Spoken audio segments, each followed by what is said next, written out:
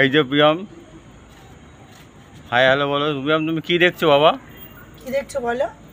এদিকে তাকিয়ে বলো, এদিকে লাইভ হচ্ছে, এদিকে বলো। বাবা দেখো এখানে মা টানছে। লাইভ বলো।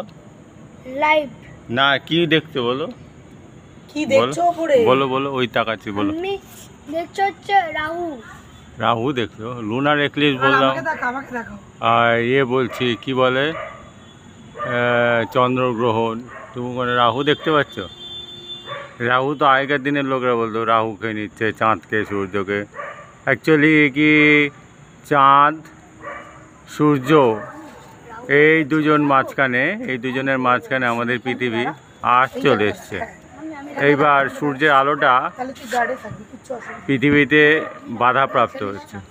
আমি রাহু বলেছি দেখো। যে অংশটা বাধাপ্রাপ্ত হচ্ছে, চাঁদে যেতে পারছে না, সেই অংশটা কালো হয়ে যাচ্ছে।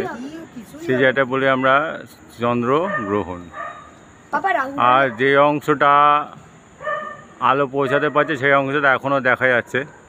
হাই, আজকে আমরা প্রিয়মের মা চন্দ্রগ্রহণ দেখতে ছাদে উঠেছি। হুম অনেকদিন পর আমরা উঠলাম। একটা নতুন অভিজ্ঞতা প্রিয়মের জন্য, প্রিয়মের জন্যই আমরা উপরে এসেছি।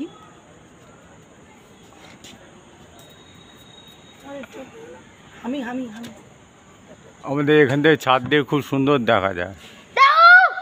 আকাশের চাঁদ, তারা, গ্রহ, নক্ষত্র, জ্যোতিষ্ক খুব ভালো দেখা যায়। তো যেটা বলছিলাম, একটা লাইনে চলে আসে এরা ঘুরতে ঘুরতে, জ্যোতিষ্কগুলো পৃথিবী সূর্যের চারপাশে ঘুরে, আবার পৃথিবীর চারপাশে চাঁদ ঘুরছে। ঘুরতে ঘুরতে তারা একটা স্ট্রেট লাইনে চলে আসে। এই স্ট্রেট লাইনে যখন অ্যালাইনমেন্ট হয়, তখন আমরা দেখা যায় কি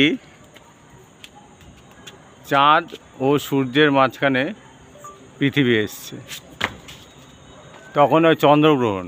আবার যখন পৃথিবী আর সূর্যের মাঝখানে চাঁদ চলে আসবে, তখন পৃথিবী থেকে আমরা সূর্যকে দেখতে পাবো না, বা কিছুটা দেখতে পাবো, কিছুটা অন্ধকার থাকবে। তখন বলবো আমরা সূর্যগ্রহণ। বুঝলি, যখন যেটাকে দেখা যাবে না তখন সেটা গ্রহণ বলা হয়। এক্লিপস, সূর্য হলে সোলার এক্লিপস, আর চাঁদ হলে লুনার এক্লিপস।